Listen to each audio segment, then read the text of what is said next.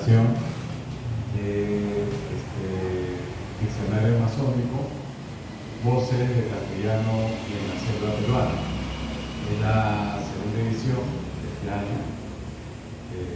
Hay que señalar que la primera edición se hizo en 2016, hace 8 años, y lo editó Lluvia Editores con el CAP, el Centro Masónico de Antropología y Aplicación Práctica. Y en esta segunda edición complementamos esfuerzos con Tierra Nueva.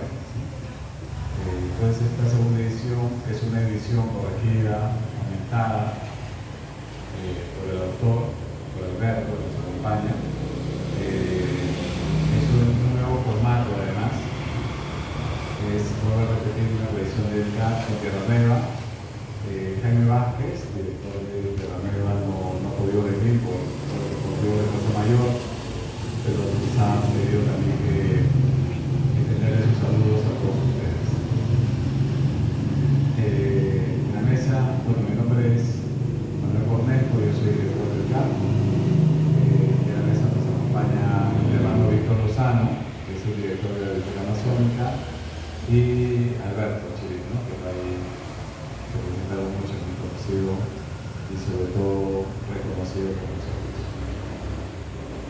Alberto me pidió hacer unas palabras sobre el diccionario, sobre esta importante publicación. Entonces voy a tratar de dar un acercamiento al diccionario, pero como lector, ¿no? Y en el sentido de lector también como autor, que eso también es importante, porque toda obra, y una obra tan importante, tan singular como el diccionario masónico, establece un diálogo con el lector, y el lector también reconoce en la publicación experiencias, lecturas previas, conocimientos que enriquecen mucho la lectura. Entonces mi presentación, mis breves comentarios ante esta magnífica obra vienen no con un análisis desde mi disciplina, yo soy literato, sino más bien desde lector, que me parece más apropiado por la singularidad de esta obra que lo voy a mencionar, ¿no? La obra en sí la importancia de la obra reside en dos aspectos que tienen que ver con la trayectoria de Alberto, que si no lo hubiese podido hacer, ¿no? Alberto, como sabemos, más de la mitad de su vida está en Quito, es un masónico, Alberto es un masónico, y esa permeabilidad de Alberto, esta inmersión de Alberto en la cultura regional amazónica, le ha permitido poder producir esta publicación. O sea, esta publicación no es una publicación fría, no es una publicación académica fría, ¿no? de biblioteca solo, sino que recoge la experiencia de Alberto en cuanto a su postura, tanto de vida como a su postura de conocimiento. El hecho de Alberto es muy singular en los estudios amazónicos peruanos y en los estudios académicos en general. Es muy singular. Alberto tiene una mirada interdisciplinaria y tiende diálogos epistémicos interesantes desde lo que denominamos nosotros popular, ribereño, mestizo, lo de la calle, con lo académico, ¿no? Y también llega a atender tanto puentes, esto sería como diálogos epistémicos que llamamos ahora, ¿no? Los conceptos que se hacen de la academia, pero también como puentes discursivos entre lo oral con lo escribal, dándole importancia suma importancia al oral, que pasaré a desarrollar un poquito más adelante. Entonces, en ese sentido, la importancia de la obra, de esta obra, el diccionario masónico,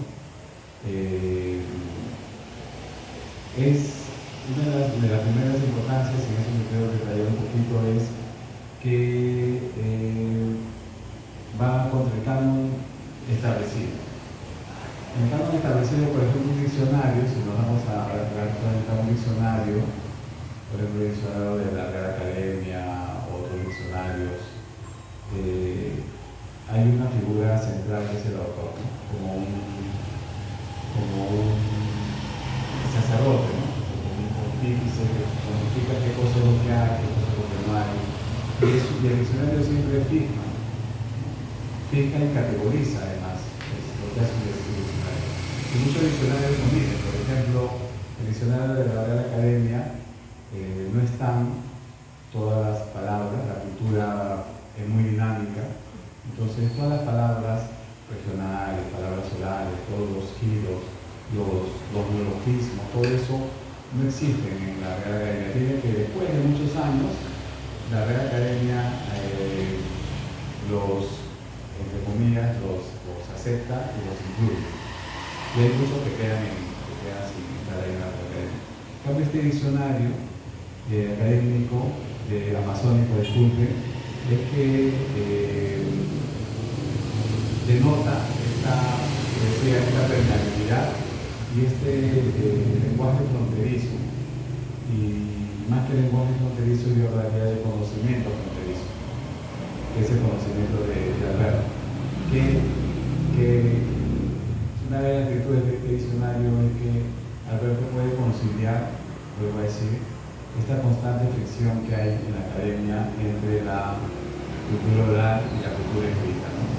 O el lenguaje culto y el lenguaje de la calle. En el diccionario, Alberto asume muy bien esa tarea y le da una importancia al oral, a lo popular. Y ahí vemos cómo lo oral, lo popular, lo que a veces nosotros discriminamos, cómo es lo que le da identidad a todas estas culturas o a las culturas amazónicas, ¿no? Entonces, me atrevo a decir también, desde mi humilde experiencia como lector, que el diccionario amazónico, estaba releyéndolo ahora en la tarde, veía la imagen también que era la imagen, la metáfora del río, ¿no? Del río como un cauce que cambia y que se va alimentando también de otros ríos pequeños, ¿no? Entonces, y que va aumentando.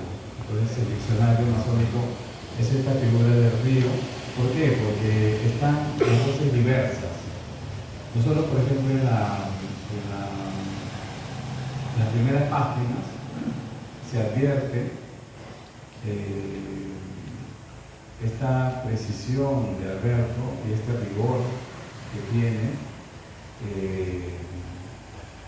académico, este rigor que es una característica de su producción. En todas las entradas vemos las abreviaturas que son respecto, por ejemplo, tiene a la lengua de origen, y ahí vemos que tenemos las palabras que están aquí incluidas en este diccionario, que pueden provenir del árabe, de la chánica, del francés, del alemán, del guaraní, del jíbaro, del chiquivo, diferentes idiomas, a los temas también, que hay diferentes temas como agricultura, anatomía, culinaria, cultura, ecología, enfermedad, respecto a la función de la palabra, y también tienen otras abreviaturas, ¿no? Entonces, esa mirada interdisciplinaria es algo que también enriquece. Entonces, a veces pienso, cuando leía esta vez ahora en el hotel, que como que la palabra diccionario me caía, era muy... El libro rebasaba ese nombre, el diccionario. Entonces, ese libro, como decía, están acá las voces diversas que confluyen y que dan una característica singular y expresan la riqueza cultural amazónica, que es una riqueza cultural que hay que, yo creo que, esto conversaba con Julio César, Bárbara, que este tipo de publicaciones tan importantes deberían ser leídas, deberían ser en escuelas de la región amazónica, porque es para un público más amplio y que permite también, además de ver todas estas dinámicas culturales, también tiene un aspecto como de rescate cultural, ¿no? De palabras o de vocablos que se van perdiendo.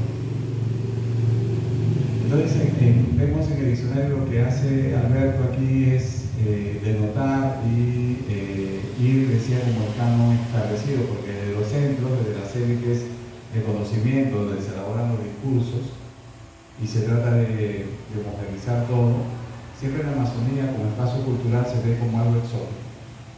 Además, a pesar que ahora Iquitos tiene 600.000 personas y todo eso, pero siempre se ve como un lugar exótico porque hay una incomprensión de las élites letradas de poder entender lo que llaman colonia popular de los estudios literarios, la heterogeneidad que hay en el país.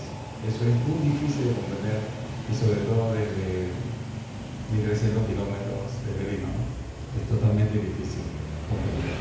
Y en el diccionario se ve que se acerca a este tema importante de la heterogeneidad, ¿no? Que es uno de los puntos importantes en el libro. Otro de los puntos es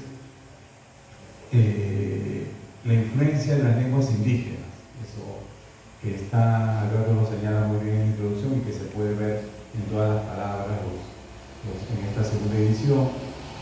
Alberto recoge también como especialista los comentarios de Gustavo Solís, un lingüista reconocido sanmarquino, que también mencionó en la presentación de la primera edición la importancia de las lenguas indígenas aquí, ¿no? Sobre todo la del tupí y la del quechua. Lo interesante es que en el caso, por ejemplo, del tupí, señala Alberto, ¿no? Que están, como sabemos, el tronco tupí, que es uno de los más extendidos en América Latina. Aquí están los Tupama y los Omagua, ¿no? Pero estos préstamos que hay entre la lengua tupí con el castellano regional, hay una reelaboración y una apropiación por la población, ¿no? Y eso también conforma esta identidad cultural amazónica, ¿no?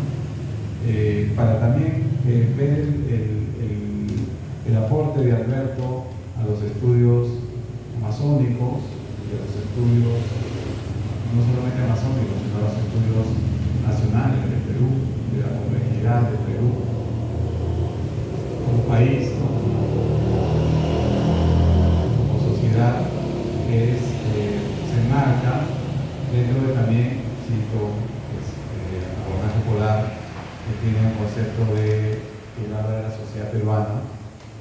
Es interesante porque él habla de la sociedad peruana como una totalidad contradictoria, ¿no? Todo está en una totalidad contradictoria.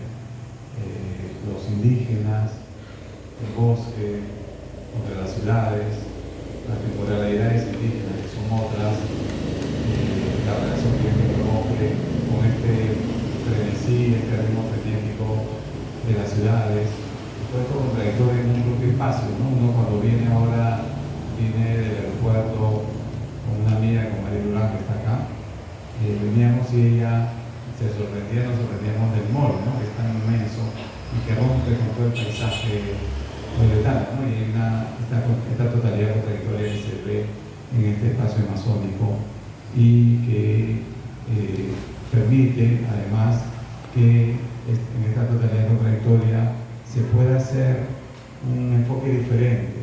Por eso decía que la palabra diccionario le hace muy pequeña para este trabajo. Y aquí paso a explicar un poquito por qué digo esto. El enfoque que le da Alberto a las palabras en la búsqueda es un enfoque que caracteriza su labor como investigador, ¿no? Decía al inicio, ¿no? No solamente la biblioteca, no solamente son los libros, sino también es el diálogo con las personas y el aprender con las personas, y sobre todo con las personas, con las culturas indígenas, con los sabios indígenas, sabios y mujeres indígenas, con la gente de la cultura popular loretana, músicos, gente de la calle que ha estado en conversación con Alberto, y de que Alberto trae muchos vocablos sumamente importantes para este diccionario, ¿no? Y en este diccionario también es interesante, decía, este enfoque interdisciplinario que le da para acercarnos a las entradas, ¿no? O sea, en un diccionario está siempre la definición, ¿no?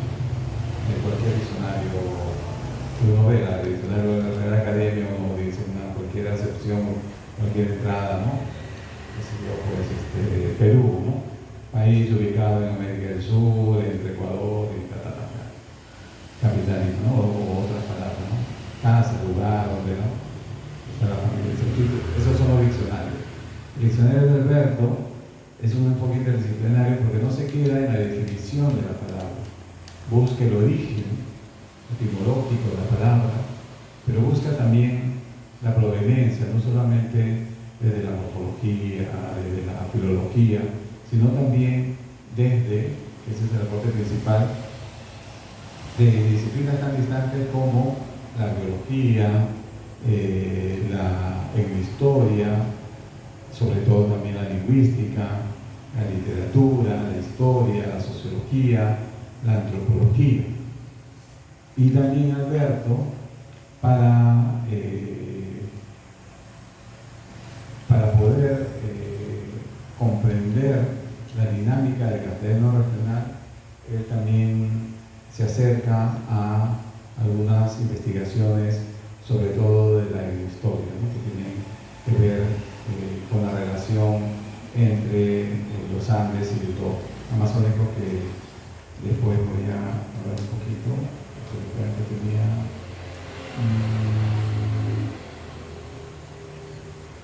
ya, antes de hablar de los Andes, quería hablar de una cosita que me impactó. Ya, es una definición. Al inicio de la introducción, Alberto menciona de que no hay un castellano regional amazónico, eso también es bueno. O sea, no es una que le da, o sea, no es una categoría, un castellano regional amazónico, sino hay diversos castellanos regionales, ¿no? Diversos castellanos. Pero la importancia a cómo viene Alberto a señalar esto, es lo rico del libro. Alberto señala, y aquí lo cito textual, es sobre la importancia del paisaje, el paisaje y las variaciones del paisaje que generan después en diferentes lenguajes. Es diferente el paisaje, menciona Alberto, y bueno, le puedo añadir algo más, ¿no? En la montaña, por ejemplo, en Puerto Maldonado, en el pie de monte, en Indiana o en Caballococha, en otros paisajes. Los paisajes dan lugar a esta lectura, esta narrativa del paisaje, y los pueblos que tienen una capacidad de apropiación, de creación impresionante, los pueblos amazónicos, de resignificación, leen a través del paisaje. Cosas que nosotros hemos perdido en las ciudades, ¿no? Nosotros solamente leemos esto, pero los amazónicos tienen una imagen del paisaje.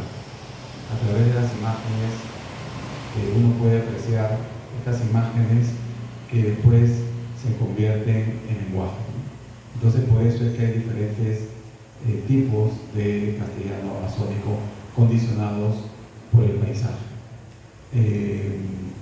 Luego quería ver también otro tema interesante también en Alberto, y hablando de los préstamos de las lenguas indígenas, que es sobre el quechua, ¿no? El quechua que se habla acá. Y Alberto rescata un trabajo del lingüista Alfredo Torero, que menciona que el quechua que se habla en Loreto, en la zona amazónica, es un quechua de Chincha. Eso es interesante porque siempre yo, cuando empecé en el campo, siempre que leía libros de este tipo, siempre se hablaba de la influencia del quechua colonial, pero el quechua colonial, también lo señala Alberto, tuvo menos de 2 hijos, entonces no pudo influir tanto como el quechua que se hizo del quechua de Chincha, que menciona Torero. Y Torero menciona el quechua de Chincha es anterior al quechua cruceño, ¿no? El quechua de Chincha es del siglo XI, que se propaga al Ecuador, y del Ecuador viene toda esta zona a través del comercio, que es un concepto que Alberto trata de Alfredo Torero, que menciona el comercio lejano. Y esto es sumamente importante en el libro, que se ve en las palabras que nosotros vemos, pero también nos permite, ahora que estamos en un proceso de bicentenario patrio, de poder reconstruir ciertos conceptos, ¿no? A partir, por ejemplo, de las propias del propio libro de Alberto, ¿no? Que siempre se ha visto a la Amazonía lejana al proceso, al llamado proceso civilizatorio andino, ¿no?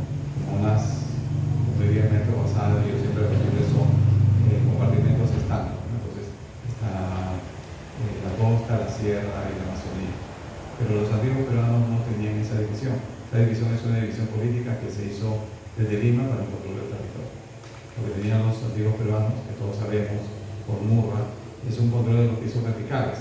Entonces todas las culturas iban desde la costa, pasaban a la Puna y muchas pasaban a la Amazonía. Y había un intercambio comercial, intercambio de saberes, que Alberto también recoge, por eso decía también a través de la arqueología, que hay en la costa limeña, en Garay, por ejemplo, estamos hablando de 5.000 años, restos de achiote y otros productos amazónicos, ¿no? Que da la complejidad, entonces se cae abajo como un castillo de naipes o una biblioteca decimonónica, todo este concepto limeño de la Amazonía como un lugar apartado del país, y que con eso también es repetido, eso sí hay que decirlo, por las élites regionales. Ese discurso limeño es repetido, asumido por las élites regionales. Entonces siempre se ve la Amazonía como un lugar donde no hay conocimiento, donde hay muy poco conocimiento, se le lleva categorías salvajes y un lugar para conquistar.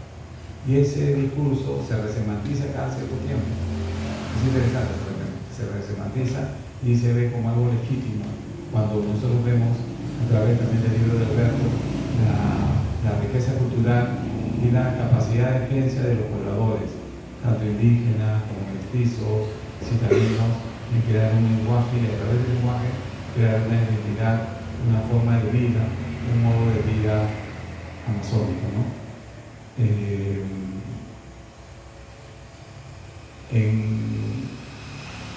Ya estoy terminando,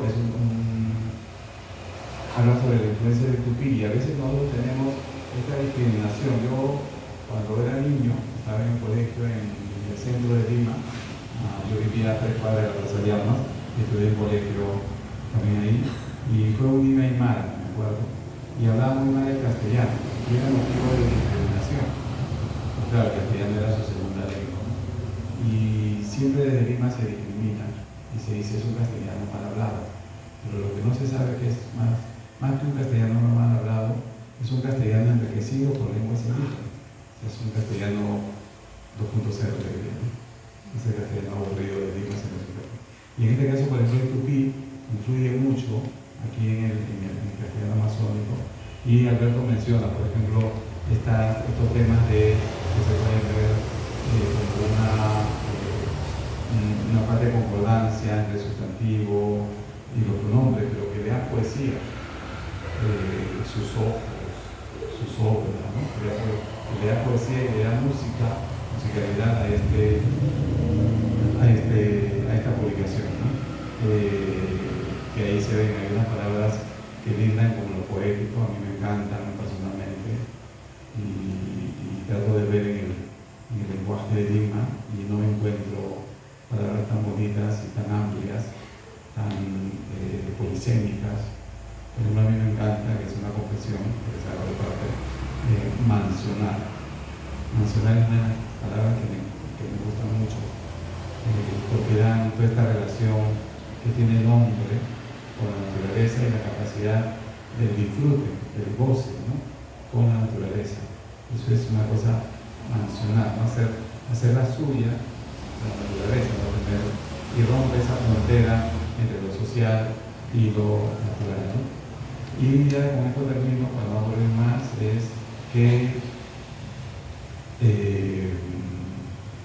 el libro de Alberto termina, es importante también la generosidad de Alberto, ¿no? Porque cuando uno lee un libro, eso se basa en el conocimiento, siempre se basa en las contradicciones y en superar las investigaciones, ¿no? Es una dinámica del conocimiento. Aunque ahora estamos en una época que hay muchos productos, muchos artículos académicos, pero no se produce tanto conocimiento como antes. Cada generación hay menos conocimiento. Y esta generación sabemos, ya por estudios, que no ha producido tanto conocimiento como la generación anterior, que es la primera vez en la historia de la humanidad también, ¿no? Entonces, pero Alberto acá, al final, no solamente cuando uno lee el libro, que ve el aporte de Alberto, sino que Alberto habla de las limitaciones que también tiene cualquier investigación y cualquier investigador, por tiempo, por diferentes motivos, pero también Alberto menciona ya a los jóvenes investigadores las posibles futuras investigaciones que pueden haber a partir de este libro, este importante libro, ¿no? Y menciona sobre el tema de la influencia, trabajar más el tema de la influencia del indígena en el castellano regional a través de la morfología, la sintaxis y la onomatopeya, ¿no? Ahora que estamos en esta generación del chat, de la inteligencia artificial, ¿no? Que te da todo, me quedo también con una frase que yo creo que recoge el trabajo de Alberto. Estuve hace unos 10 días en un evento literario y con un amigo, un escritor colombiano, Miguel Rocha, y hablamos de estas nuevas inteligencias artificiales, cómo apoyan y ayudan a la investigación. Y él mencionó una frase que me gustó mucho, que decía que el conocimiento, que no debía el futuro, que no utiliza la inteligencia artificial para su trabajo, porque él decía que el conocimiento necesariamente tiene que pasar, y es innegablemente, tiene que pasar por el cuerpo del conocimiento. Si no son meras cifras, meras notas, ¿no? Observaciones. El conocimiento real pasa por el cuerpo. Y el conocimiento que ha hecho Alberto, y se recoge en la publicación, es que ha pasado por el cuerpo, ha pasado no solamente, como decía al inicio, por búsquedas bibliográficas, sino caminatas en el monte, acompañamiento con maestros indígenas, diálogos, hora de escuchar, de aprender, ¿no? Y de haber admiro sobre todo esta capacidad que tiene de aprender, ¿no? Como dice Julio Ramón Rivero, que es una frase muy bonita, que se menciona, se describía como el eterno aprendiz. Yo también veo en el maestro Alberto Chirif un eterno aprendiz en el mejor de los términos, y le agradezco este libro, que es un aporte no solamente a las culturas amazónicas, sino para todo el país.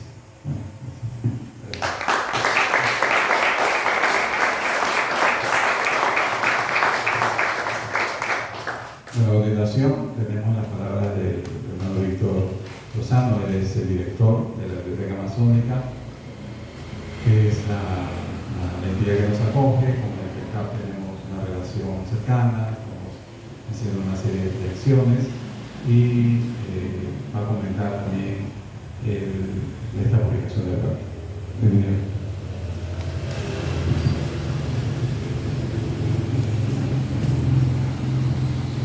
Gracias, Manuel, y buenas noches con todos.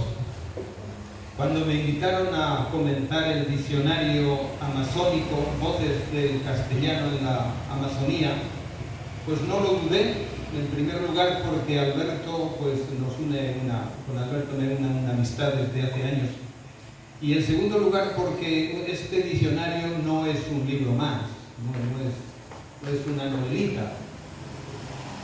Es una labor de más de 7 años trabajando arduamente, interactuando con muchísimas personas para que salga una obra que realmente pase a la posteridad. Un diccionario es un libro muy especial.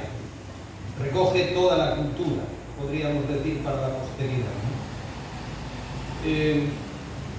Tengo compañeros que fueron destinados a África, a Tanzania en concreto, y otros compañeros también fueron destinados a Filipinas y tuvieron que aprender inglés, quieras que no. Cuando me destinaron a mí a Iquitos, pensé que me había librado de los aprendizajes idiomáticos. Ese fue mi error. ¿Cuál no sería mi sorpresa cuando, al interactuar con las gentes del Marañón, el Bajo Marañón, donde puse mi carpa misionera, ni entendía nada ni me dejaba entender de ellos? Y eso me desesperaba. Evidentemente tuve que aceptar que aquí el castellano tenía otra construcción, otro vocabulario y otras entonaciones a las cuales había que adaptar el oído si es que quería tener una comunicación aceptable con la gente. Efectivamente, nuestro lenguaje coloquial amazónico, especialmente en zonas ribereñas y citadinas populares, está plagado de términos quechuas, cucamas y de otras naciones amazónicas. En 1500, Vicente Yáñez Pinzón descubre el Amazonas y en 1542, Francisco de Orellana baja por el Napo hasta el Amazonas, interactuando con los nativos locales, descubriendo asombrado que aquí se vivía muy bien, que sobraba ropa y abundaba la comida. Pero estos contactos expedicionarios fueron esporádicos y no alteraron ni el modo de vivir ni los idiomas locales. Donde empezaron los cambios fue con la llegada de los jesuitas en 1638, que iniciaron el período misionero de la selva con las reducciones. Y el primer problema que encontraron fue ese precisamente, la comunicación. El padre Vieira hace 300 años escribía esto: le venía corto el nombre de Babel al Marañón, porque en la Torre de Babel hubo solamente 72 lenguas, y las que hablan en este río Marañón son tantas y tan diferentes que no se sabe el nombre ni el número. En efecto, la Amazonía era una verdadera Babel de idiomas y variables y dialectales. Para llevar a cabo su cometido misionero, apostaron por el quechua como idioma común y dejaron de lado el castellano, porque en principio los hijos de Loyola procedían de diferentes naciones y no solo de España. Por ejemplo, el más famoso de los misioneros jesuitas fue Samuel Prit, y era checo.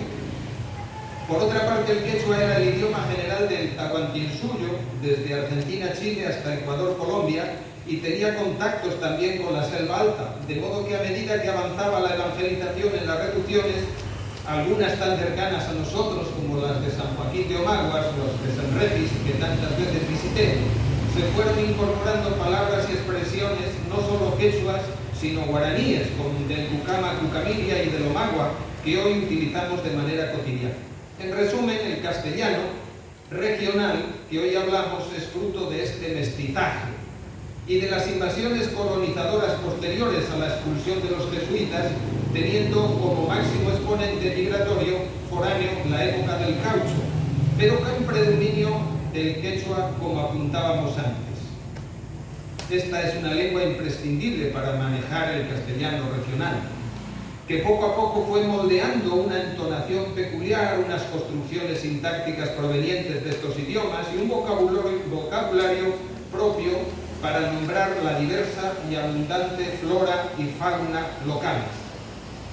Estas lenguas de pueblos originarios se manifiestan como sustratos dentro de cada variedad lectal del castellano, influyendo en la diversidad tonal del habla. La lengua es una herramienta imprescindible para relacionarnos, para manifestar necesidades, afectos, ideas, todo. Es el principal vehículo para la transmisión de la cultura. Es el contenido de la cultura en realidad. En nuestro caso es el castellano, hablado por unos 600 millones, la tercera lengua en importancia como lengua materna en el mundo, pero con múltiples variantes según países, regiones al interior de cada país, como todos los idiomas, por cierto, debido a la diversidad geográfica, cultural, ambiental y hereditaria que dan paso a dialectos y a subdialectos con particularidades fonéticas, morfológicas, léxicas, semánticas y sintácticas. El castellano peruano es un dialecto del castellano americano. El castellano amazónico o regional forma parte del castellano andino, que abarca toda la selva baja y alta. En el plano fonético posee particularidades asimiladas de la fonética quechua sanmartinense, que a su vez tiene varios microdialectos. Le siguen influencias de otras lenguas prehispánicas, lo que le dan una configuración muy peculiar. En el plano morfológico, el castellano amazónico tiene lexemas que se juntan con morfemas de diversas lenguas, adquiriendo una estructura híbrida hasta convertirse en un subdialecto mestizo. En el plano lexical es una rica cantera de términos que recibe de las lenguas prehispánicas, considerando que hay plantas y animales con denominaciones de esas lenguas. En cuanto a la configuración sintáctica, en el castellano amazónico predomina la estructura quechua, es decir, sujeto, objeto, verbo, que elimina artículos y preposiciones. También se da objeto, sujeto, verbo. En muchos pueblos amazónicos el castellano se habla como segunda lengua, es decir, no es lengua materna, por lo que encontramos construcciones sintácticas conforme a la expresión de ese idioma nativo. En castellano la construcción es sujeto, verbo, objeto. La casa es blanca. En muchos idiomas nativos es sujeto, objeto y verbo al final. En el castellano amazónico, dice Martí Corena, que es en el plano sintáctico, este castellano ha asimilado la estructura del quechua, que ordena las palabras con la lógica de la oración quechua. Rapidito mi ñaña viniendo está. Otra estructura completamente distinta. En lugar de mi hermana viene rapidito. De mi comadre su hijita cayó al agua. De mi yuyo su libro botado está. El verso de Vallejo, ¿qué estará haciendo esta hora mi andina y dulce Rita de junco y capulí? Tiene una construcción quechua, por eso carece de la preposición a, como ocurre en ese idioma. Observa que se da una constante transgresión de las concordancias de género y de número en sustantivos y en adjetivos. Días bueno nos vienen. Se pierden por ello las concordancias castellanas. Señora Mucho, usted eres. Pero es porque el tucama también ordena las palabras de modo parecido al quechua. Y aquí viene lo bueno. Una lengua, aunque se considere extinguida, ha podido legar no solo el vocabulario, sino que sus estructuras gramaticales perviven en el castellano amazónico, de manera que sobreviven aquí, en el nuestro. Y en cuanto a lo semántico, asimila palabras de otras lenguas con el mismo significado o variando el mismo al ser asimilado por el castellano, mientras que en el plano de la entonación este castellano adquiere una línea melódica, especialmente cantarina, con presencia de expresiones enfáticas que le dan una riqueza expresiva, destacando lo afectivo, lo cariñoso. El quechua y los idiomas del tronco tupí son las dos lenguas indígenas con mayor influencia en el castellano regional amazónico. La primera desde Lamas y Chachapoyas y la segunda desde las 4 lenguas tupí-guaraní, Tucama, Tucamiria, Omagua y Yurimagua. El quechua influye en el vocabulario del castellano regional directamente, con palabras combinadas con el castellano y con palabras quechuas, pero derivadas de la lógica del castellano. Las palabras del tupí-guaraní se refieren principalmente a la flora y a la fauna. Este castellano regional llama la atención de todo foráneo por su amplitud, por su riqueza, por su capacidad expresiva y sobre todo por su musicalidad. Gran parte de la riqueza léxica radica en la geolingüística. Son los nombres de animales, de plantas, de pueblos originarios, de elementos de la cultura, de culinaria, de creencias que han sido incorporadas al diccionario. El castellano amazónico se habla en los pueblos y en los caseríos campesinos y caseríos, y en las ciudades lo habla la clase trabajadora suburbana. En Iquitos y Pucallpa, en ambientes universitarios y en ambientes cultos, este castellano está en proceso de desaparición, evolucionando hacia el castellano estándar. El castellano comenzó a ser cogido como una lengua válida para la comunicación en la época del caucho, donde se aplicaban las leyes del Winchester 44. Lo que no lograron implantar los franciscanos y los jesuitas se impuso por la fuerza de las armas y de la presión.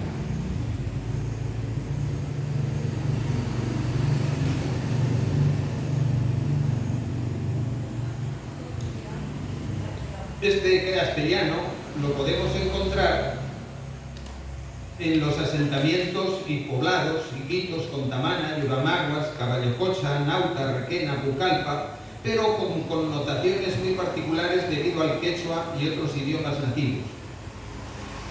No olviden que en el año 72 llegó la televisión con su potente influjo, acercando a los usuarios al castellano con todas las variedades, y finalmente en el siglo XXI llega también el Internet, que está aportando nuevas variaciones.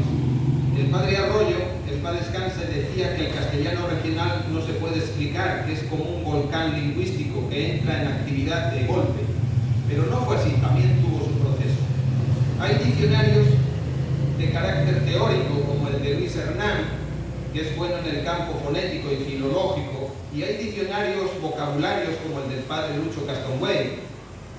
Para Luis Hernán hay 3 dialectos del castellano en Perú: el andino, con influencias de la aymara y del quechua; el costeño, de influencia yunga mochica; y está el amazónico, que tiene influencia del quechua andino.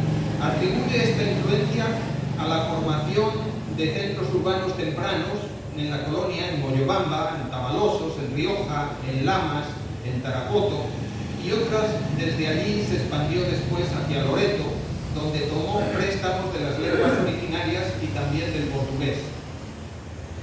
El diccionario amazónico de nuestro amigo Alberto tuvo una lenta elaboración, no podía ser de otra manera, habida cuenta de la complejidad del tema que trataba, pero creo que mereció la pena. De hecho, ya estamos en la segunda edición. El parto duró 7 años porque había que detectar cómo y en qué medida estaban presentes las lenguas amazónicas indígenas en el castellano regional peruano. El diccionario tiene una calidad científica y una utilidad evidente. Sirve para el aprendizaje de los nombres de flora y fauna, para la revalorización de la cultura popular, tantas veces marginada, tantas veces ninguneada. Y es importante también para las jóvenes generaciones que sepan que los verbos, los sustantivos, los adjetivos, adverbios y otros elementos del castellano no llegaron de España, sino que muchos de ellos se han creado y se han recreado aquí. Se han apropiado de términos, constructos y expresiones hasta hacer suya una lengua que en su origen fue extranjera, pero que ahora constituye una identidad propia por haber nacido de la interacción social, del medio social, cultural y físico. El principal valor que tiene este diccionario es el aporte etimológico, aporte que ha buscado ser sistemático, aunque no siempre se haya logrado. Abarca toda la región amazónica, no solo la región Loreto, entre otras razones porque hasta no hace mucho fue un solo departamento con San Martín y con Ucayali, no hace tantos años. Por lo tanto, abarca toda la región antigua. El autor inició esta inmensa tarea, en primer lugar, con la revisión de todos los vocabularios regionales, que hay que echarle valor, incluyendo los que se ponen como anexos de obras literarias, históricas, geográficas, culturales. Siempre al final ponían una lista de palabras para entender esa relación, y él revisa todas esas obras con el significado que tienen allí. Y segundo, con el análisis de las definiciones dadas en dichos vocabularios, valiéndose de diccionarios bilingües, de la consulta a lingüistas hablantes de la ciudad y del campo, pero puso un especial énfasis en poner para cada palabra la definición más correcta y adecuada. El texto incluye flora, fauna, pueblos indígenas, cultura, ecología, culinaria, etc. Ordena la entrada de cada palabra alfabéticamente, como es natural, primero la etimología, que va entre paréntesis, indicando la lengua de la cual procede esa palabra, después el tema, si viene de zoología, si viene de agricultura, si viene de botánica, si viene del aspecto cultural, y cuando lo tiene pone el nombre científico del animal o de la planta, después el género, y finalmente viene la definición de ese término, de ese vocablo, una definición lo más cercana a la realidad. Cuando hay palabras homónimas, pero que definen conceptos diferentes, tienen distinta entrada, y lo pone con número. Por ejemplo, la palabra churo, pues aparece como caracol, pero también aparece como rizzo del pelo, y las pone como palabras distintas y no simplemente como acepciones diferentes, ¿no? No solo hay palabras de origen quechua y cucama, también se pueden encontrar hasta arabela, iquito, shipibo, shagui, yagua y otras. No encuentro en la obra descuidos y sí bastante minuciosidad. Él me ha dicho que ha encontrado errores, pero claro, es quien ha trillado muchas veces las páginas, si no, no es tan fácil encontrarlos. Un trabajo bien hecho, un trabajo minucioso, un trabajo científico, un trabajo para la posteridad. Sin duda tuvo también un buen corrector o correctora para detectar errores formales y de fondo. Es decir, estamos además con un diccionario bastante amplio porque tiene más de 300 páginas y de buena factura, bonito. Para presentarnos una obra de tanta calidad, Alberto ha debido bucear y revisar la sección Misioneros de Monumenta Amazónica. Ha consultado a especialistas en diferentes temas y a diferentes pueblos, en flora, en fauna, en ecología, y por supuesto ha tenido que consultar el internet, porque hoy casi todo también está ahí a través de Wikipedia. Este castellano amazónico regional no es uno, como decía Manuel, no es un castellano, son varios. Hay mucha diversidad, hay palabras conocidas en una cuenca que no son conocidas en otra, pero las mete todas, no las deja abandonadas. Y viceversa, lo que ha llevado al autor a precisar dónde se usa este término. Y dice, este término se usa en tal río, en tal cuenca, en tal ciudad, en tal subregión. Obviamente hay palabras que son conocidas por todos y están en todas partes. Juane, Lijao, Timbuchi o Tacacho, ¿no? Y forman parte de este castellano regional las palabras o vocablos indígenas, las palabras que combinan vocablos indígenas con palabras castellanas, las palabras de lenguas nativas derivadas de la lógica del castellano, como amarcar, de marcai, que después da lugar a marcar, y palabras nuevas como tarrafear, que se agregan a sustantivo. También palabras del castellano, pero modificadas o con otro significado, como eteco en lugar de enteco, o vocablos que tienen por su terminación otros acentos, como los diminutivos, que casi siempre tienen además una intencionalidad sarcástica. Ah, tú eres un dragoncillo, malillo, viejillo, sabioncillo, mentirosillo. En fin, ese deje sarcástico y cachaciento que a veces tiene el que te lo dice, ¿no? Incluye también peruanismos afincados en el habla popular, como arrochar, aquisito, calato, mancha, ñecazo, etc. Y palabras de otros países, pero que ya son cotidianas en todas partes, como machete, balsa, canoa, casabe. Otra salvedad es que el diccionario incide más en las palabras que se utilizan en los lugares donde el autor ha vivido principalmente, y eso es natural, la zona de Iquitos y la zona de Ucayali y Pucallpa. Es el quechua, junto con el cucama, las lenguas de mayor peso en el castellano regional, lo hemos dicho antes, las que han dado lugar a este habla tan especial que tenemos en nuestra región.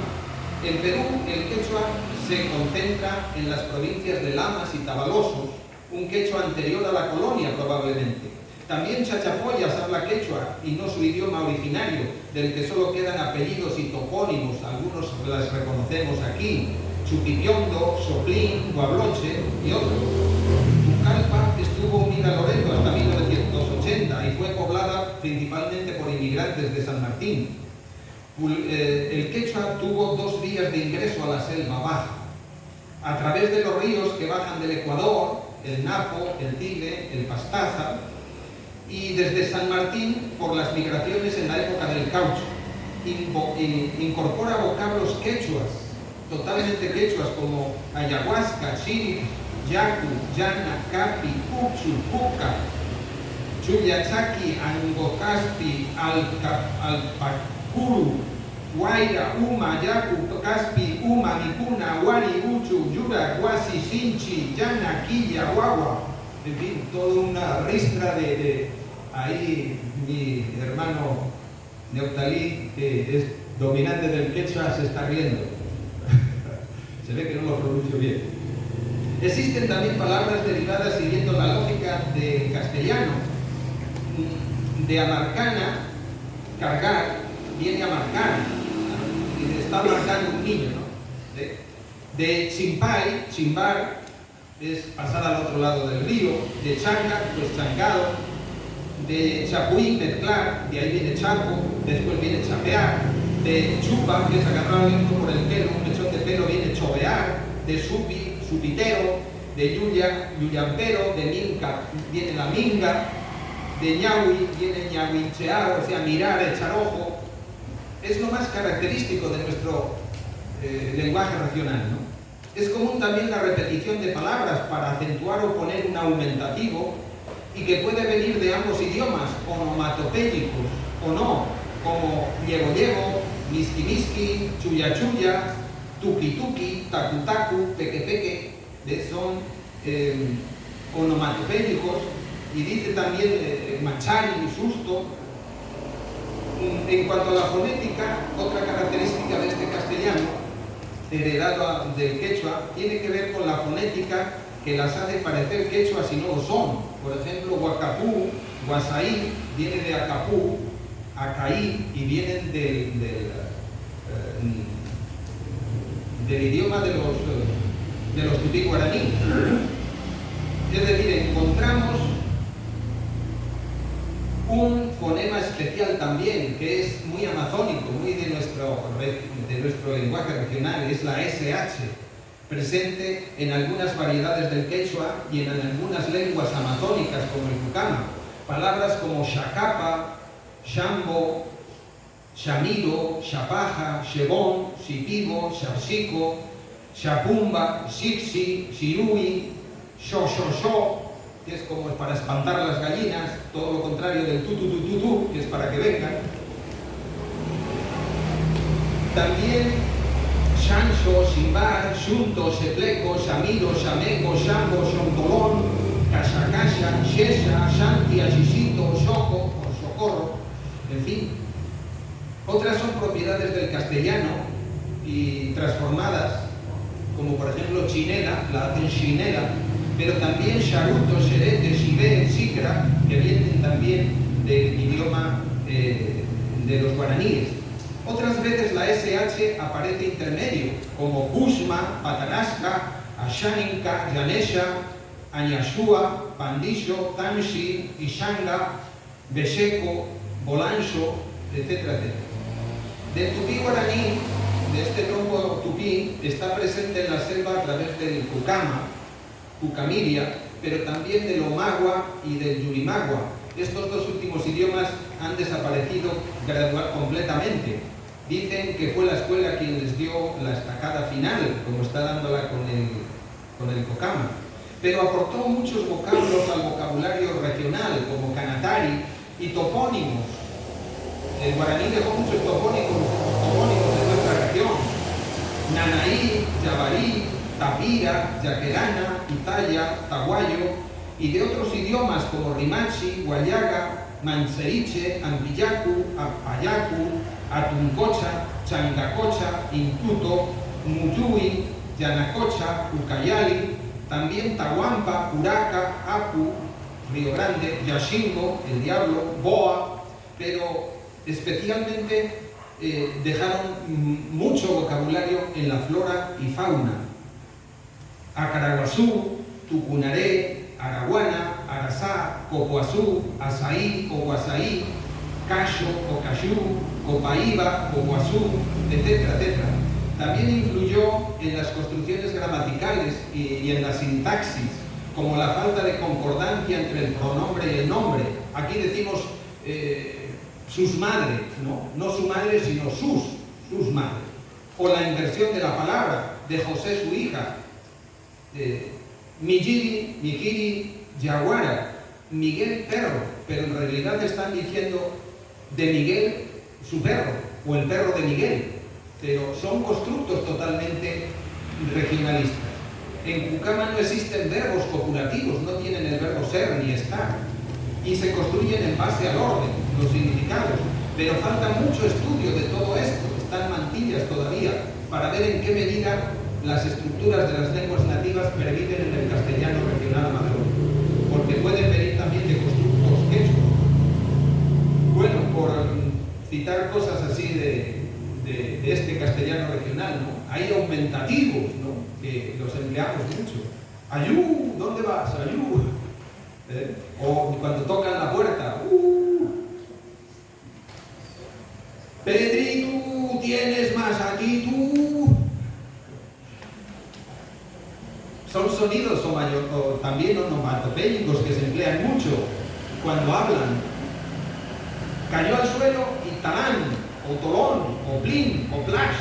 Ahorita nomás te dan chac al osito, se tropezó y talán, cayó todo lo largo que. Recogen también pues onomatopeyas de animales, el tatatao, el urcututu, el huancagui, el manacaraco, el tuguayo, de alguna manera imitan los sonidos propios, ¿no? El oretano también es amigo de apodos. Su lengua es una especie de chicote, especialmente cuando son gringos, son nuevos o son ingratos. ¿Cuántas veces yo escuché, eres un carachosna, pelejo, boquichico, concompe, tragalanchas, uchisupi, llantabaja, mangacero, pispira, bujurqui, chinchilejo, y emplean todo eso con una ristra de ajos que lanzan en cuanto que les gusta también reírse. Términos que se popularizaron y que son pues de modas, como chévere, monstruo, pajita, pero que son más bien dados para un tiempo, una moda y se van. Expresiones de rechazo o de recelo frente al serrano, frente al limeño, y que no son a veces chauvinistas, sino como defensa, porque sigue existiendo una carga de dolor y una carga de desprecios por invasiones, por saqueos, y dicen por debajo, este es un shishaco. También el prefijo sacha se emplea mucho, sachamonte, sachacura, sachamédico, sachavaca, con el significado de falso, muy usado en el castellano amazónico. También el sufijo sapa se emplea mucho, equivalente a lón castellano o aludo. Por ejemplo, pues platasapa, usquisapa, maquisapa, siquisapa, equivalente a platudo o hormiga totona, ¿no? La expresión también ya vuelta, ya está lloviendo, ya vuelta, o abrut, qué colaza, o le presté. Cuando a mí me dijeron le presté, pero si este hombre no tiene dónde caerse muerto, ¿cómo le pudo prestar? Y resulta que me estaba diciendo le pedí prestado, pero hasta que lo entendí, pues tuve que esperar. O pillar, por sorprender, o grifo por caño, hacerse la peluca, que es cortarse el pelo, culantro por trasero, chaveta por bragueta, alau por sorpresa, carapa por piel, millaipa por asqueroso. A la impecha el Carlos le dio hasta Xuxungo, es decir, hasta el corazón le dio su paliza. ¿Ves? También es muy loretano el di, rico masatito di, el tuyo de ti y el mío de mí, como reforzamiento. El vas a comer, vas a trabajar, vas a jugar. El uso constante del ya vuelta está lloviendo, con el significado de reiteración. Decir acordeón en lugar de acordeón, o panteón en lugar de panteón. El típico diptongo del fonema UA, Juamilia, Juátima, fue por fe, cafue, fuelite, fueguitos. Fueguitos, yo decía fueguitos, pero yo no veía fuego por ningún sitio, total eran los fuegos, ¿no? Fane, Feres, Fego, Afera, Fan, ¿cómo te llamas? Juan, Fan, Fez, Ferte, Fego, Funio, Paufil, Bufeo, Bujeo, ¿ves? Cambia la F en la J, Festa, Timbuchi, en vez de Timbuche, Tunchi, en lugar de Tunche, alargamiento también de vocales, bailando nomás para esta guambra. El uso del fonema SH, como dijimos antes, la K que se convierte en G, en vez de Inca, Inga, y la L por la Y, Maya, Toalla, Calla, no hables, asimilación de esta H por fonemas diminutivos, como manquillo, pandillo, la S que ponen en los verbos, llegastes, hablastes, fuistes, cuando en castellano pues vemos que es otra cosa y tendemos a decirles mal hablado, no es mal hablado, es el castellano ya regional que ya toma entidad propia. Bueno, gracias por su paciencia.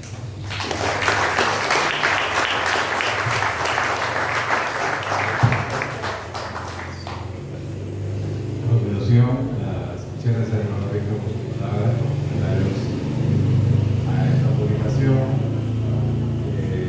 De continuación, las palabras de Alberto Chirif, voy a dar unas líneas sobre su trayectoria que siempre quedan un poco, ¿no? No refleja la riqueza de su trayectoria académica. Él estudió antropología en la Universidad Nacional de San Marcos y desde los años 70 ha trabajado temas amazónicos, en especial lo concerniente a los derechos colectivos de los pueblos indígenas, asesor de la sede regional Iquitos de ADC entre el 89 y el 95, después de ser consultor independiente en diversos proyectos,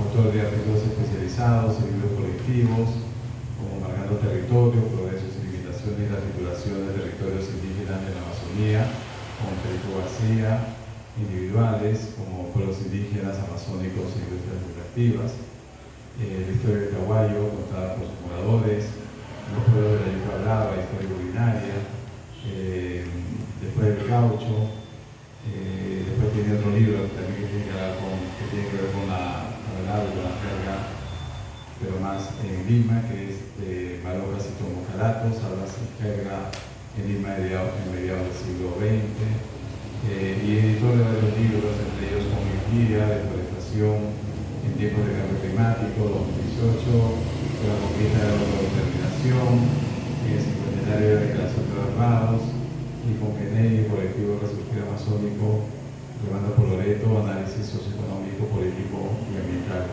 de la región. Entonces, la palabra es de Alberto. Bueno, quiero comenzar por agradecer en primer lugar la presencia de las personas que han venido esta noche a escuchar la presentación de este libro. Agradecer también las detalladas presentaciones que han hecho las dos personas que me han antecedido el uso de la palabra. Agradecer a los editores, ¿no? El CAR y Tierra Nueva, por haber financiado la reedición de este libro, y agradecer a todas las personas que han colaborado conmigo cuando las he consultado, ¿no? He consultado una gran cantidad de personas, más para la primera edición que para esta segunda, sobre temas lingüísticos, botánicos, en fin, padres y otros muchos, ¿no?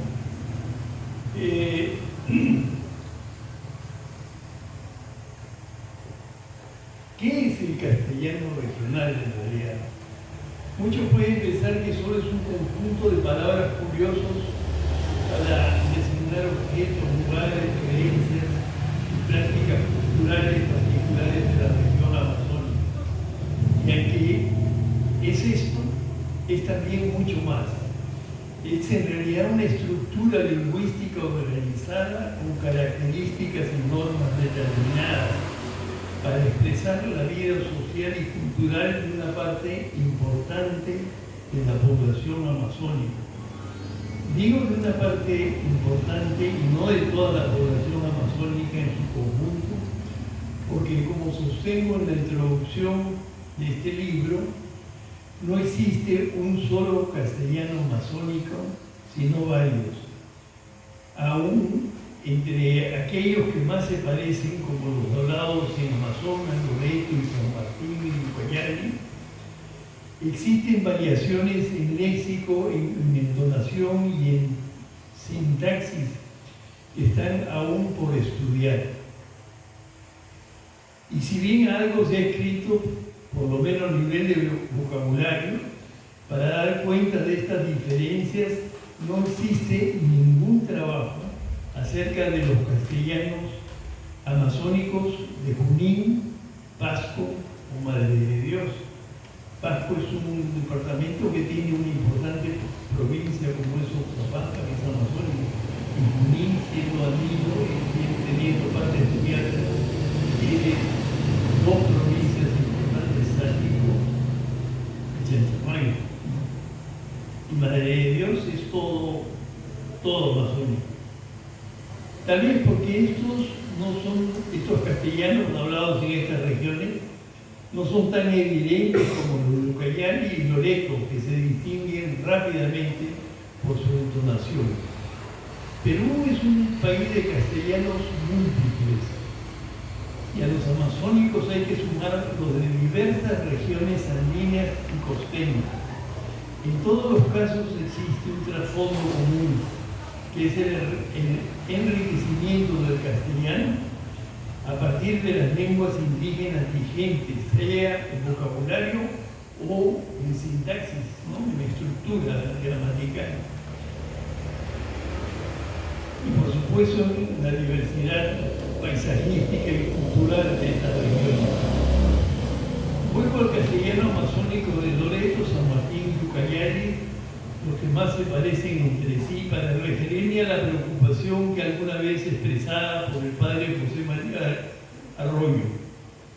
En sus notas sobre el habla de Loreto, él reclama: no hay documentos históricos con los que constatar la evolución de un proceso normal que se inicia con la introducción del castellano, enlaza con la evolución y expansión escalonado y se cierra con la apoteosis final de su enseñoramiento en la selva. Nada de eso. El fenómeno del castellano es una epifanía sin Navidad, es la erupción súbita de un volcán lingüístico que entra en actividad. Considero que al padre Arroyo le faltó un poco de paciencia para seguir las pequeñas huellas que comenzaron a aparecer en el siglo XVII con el avance del quechua en San Martín y Amazonas, y en los ríos que descienden del Ecuador hacia el Perú, como el Morona, el Pastaza, el Corrientes, el Tigre y el Napo. Este avance del quechua comenzó con la difusión de vocablos propios de esta lengua, como lo registran algunas crónicas de los jesuitas, y siguió con la expresión de las lenguas mismas, lo que al mismo tiempo llevó al retraimiento de la lengua cocama, que era la más importante en esa época en la zona de Loreto. La pérdida de importancia del cocama, hablado, es un proceso que culmina con la época del auge del caucho, donde se produce una gran migración a través de estos ríos provenientes principalmente de Ecuador y también de San Martín. A finales del siglo XIX, inicio del siglo XX, y con la implantación de las escuelas públicas que imponen el castellano y prohíben a los niños hablar esta lengua indígena. Estamos con David Fleck haciendo un trabajo que toca este punto. Él está trabajando con Pucama, yo con Jubero, y hemos encontrado los mismos datos de la prohibición a mediados del siglo XX hecha en las escuelas para que los niños hablen. En el caso que estudia David, el Pucama, y en el caso que estoy viendo yo, el Jebel o Shibuel. Los procesos históricos hay que reconstituirlos a partir de los datos que ofrece la realidad, y solo son escritos cuando un estudioso los sistematiza, pero no se anuncia por sí mismos, ¿no? Entonces los procesos históricos son procesos que hay que reconstruir a través del análisis, ¿no? Lo que acabo de decir me lleva a hacer una reflexión adicional. El castellano regional reemplaza al Pucama en el mundo de las comunidades. Es el ámbito en el cual esta manera de hablar adquiere su mayor vigencia y riqueza. Se convierte de este modo en un elemento de identidad de los Pucamas porque expresa su mundo de creencias y de relaciones sociales, así como el medio ambiente en el que se desenvuelve la vida de este pueblo. Considerado de esta manera, es exacto afirmar, como lo hace el lingüista Gustavo Solís, que el castellano regional es una lengua indígena, porque identifica al pueblo Pucama, que lo habla y le sirve para expresar su mundo cultural. La edición que hoy presentamos es, como se anuncia en los créditos, corregida y aumentada. La corrección ha implicado la lectura cuidadosa del texto original para enmendar errores y algunos horrores de la primera. No logro explicarle cómo pude proporcionar algunas cifras sobre la población de ciertos pueblos indígenas amazónicos en la primera edición. Además de faltas tipográficas, hemos tratado de explicar cada entrada de la manera más clara posible, lo que nos ha llevado a hacer un minucioso examen de la redacción. Este examen ha incluido tanto el cuerpo central del diccionario como el anexo que aparece al final de este, donde doy cuenta de conceptos biológicos, de procesos ambientales y de elementos del paisaje que ayudan a configurar un panorama más comprensivo sobre el bosque amazónico.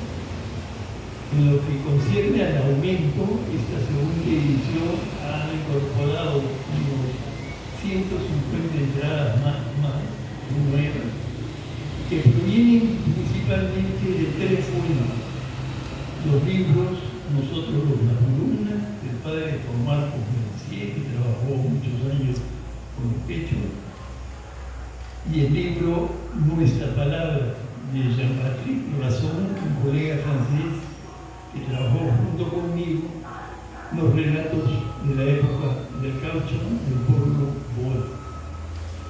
Y además de términos nuevos que hemos recogido a lo largo de los 8 años transcurridos desde la publicación de la primera edición hasta la actualidad.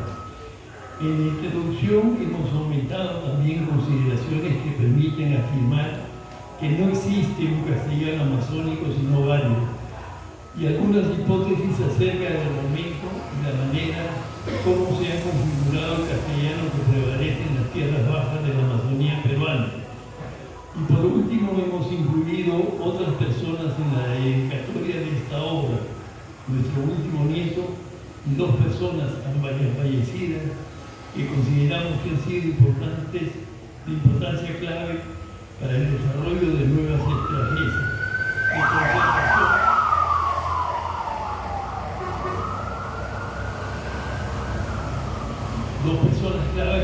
consideramos que han tenido importancia clave para el desarrollo de nuevas estrategias de conservación del ambiente, la flora y la fauna del bosque amazónico.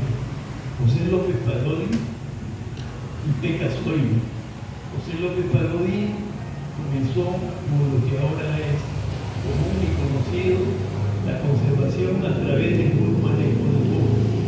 En ese momento era toda una novedad y le costó un gran trabajo y enfrentarse con muchísima gente que tenía la visión de la conservación mal, lo que yo llamo un poco vulgarmente la conservación armada, porque era a través de parques con armas, con fusiles. Y Pekka Soini era un finlandés que llegó acá al Perú. Él no era, en realidad no era profesional, pero tuvo la notable idea de reproducir taicayas en ambientes controlados para luego liberarlas en el bosque. Y eso ha permitido que la población de taicayas, que estaba al borde de la crisis final por el exceso de captura, se reproduzca muchísimo. Bueno, muchísimas gracias nuevamente por su presencia.